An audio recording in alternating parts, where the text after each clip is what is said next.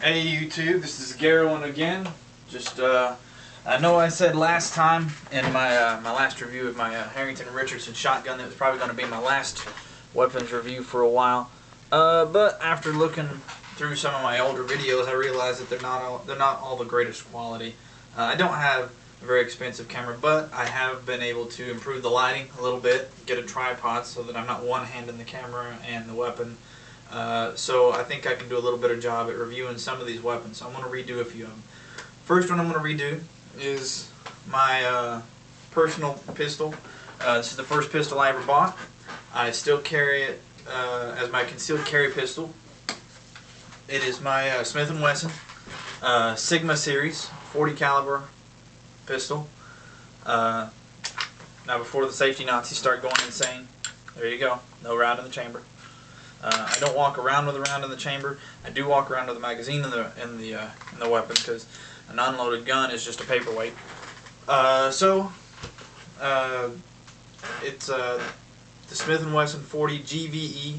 90, all of the ones I've seen on the internet are the SW40 or 9 VE. They don't have the G. The only difference is that the GVE has a dark green polymer handle instead of just the standard black. It's got kind of a brushed steel. It's not stainless. It's not shiny. Well, I mean it's stainless, but it's not shiny. It's kind of a brushed steel finish on the top. Rear sight posts are adjustable left and right. 4-inch barrel. It's very similar to the Glock. It's my understanding that Glock actually sued them at some point because the weapon was so similar to their design and a patent hadn't run out. I don't know the details. All I know is that this for me has been an incredibly reliable weapon. I paid $400 for it, brand new. It came with two 14-round magazines. It came with a little hard carrying case and a cable lock. This makes it easy for those of you who do not know and you're thinking about getting a pistol and you don't know what the rules and regulations are.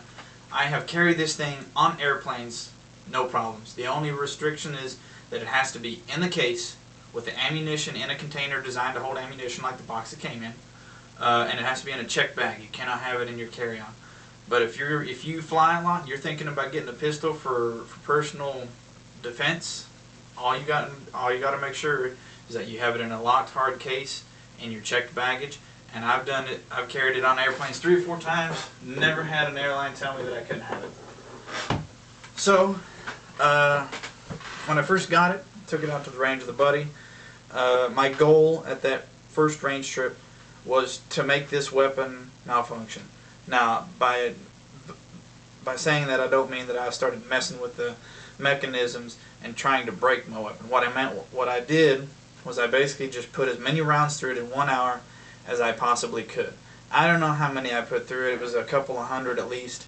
But it was basically as fast as I could reload the magazines and get them in it. I was shooting them out and putting them down range. Never had a problem with this weapon. My buddy and his pistol, I'm not going to give out a particular manufacturer or type because it may have just been he didn't clean it or anything like that, but he started having problems about 45 minutes in. This guy rocked out every single round for the whole time I was there. Never had a problem. Comes apart fairly easily, just like the Glock. Slide comes off, you got a spring, you take that out, your barrel drops out, and that's the extent of disassembling that you'll do with this weapon. One of the nifty things I've spotted that this weapon has that a lot of other pistols don't, at least the semi-automatics, is you see this little hole in the top of the slide. When there's a round in the chamber, I don't know if you guys can see this. Let me get back here. There we go. That is you can see the brass of the round that's in the chamber. So I like that because it's a quick visual indicator. When you pull your weapon out, you can look and say, oh, there's a round in the chamber. I need to remove that. Now, good practice says you should always clear your weapon properly anyway, and you're never going to go to a range that's going to let you go, oh, you know, look, you're going to need to clear your weapon properly anyway. But for your own personal use, I really like that feature just because it's quick, it's easy, it's like, oh, no, we're clear. It is a little bulky for a concealed carry for most people because it is a full-size handgun. It's not one of these little Ruger mini LCPs that you can stick in your pocket along beside your cell phone or anything. I carry it in my canvas Blackhawk holster. Fits just fine. I usually wear a coat or a t-shirt because I live in Washington, so it's never warm here hardly. So I usually have a jacket of some sort on. If you have an issue with it maybe showing occasionally when your shirt pulls out, or you're in situations where it would not be looked kindly upon to have a weapon, not because it's illegal, but it just make people feel uncomfortable, I recommend tucking it into your waistband, or maybe just going with a smaller pistol like a Ruger, the little LCP things. In general, I'm very pleased with the weapon. For $400, I have absolutely zero complaints, other than the trigger pull. It's like 5, 6, maybe even 7 pound trigger pull, so it does take a little getting used to. There is no safety, so in my opinion, the heavy trigger pull is an acceptable trade-off for having no safety on the weapon. Because I could, in theory, walk around with a round in the chamber, and I would never have any fears of accidentally shooting myself in the leg like I've heard of some guys doing. But because it is stiff, and you decide to get one of these pistols, I recommend taking it to the range, practicing with it a lot. Get a rhythm, figure out how to fire this weapon accurately and consistently. Because if you only take it once or twice and you only put 10 or 20 rounds through it, you're going to be all over the paper every time because you're not going to get used to the trigger pull on your weapon.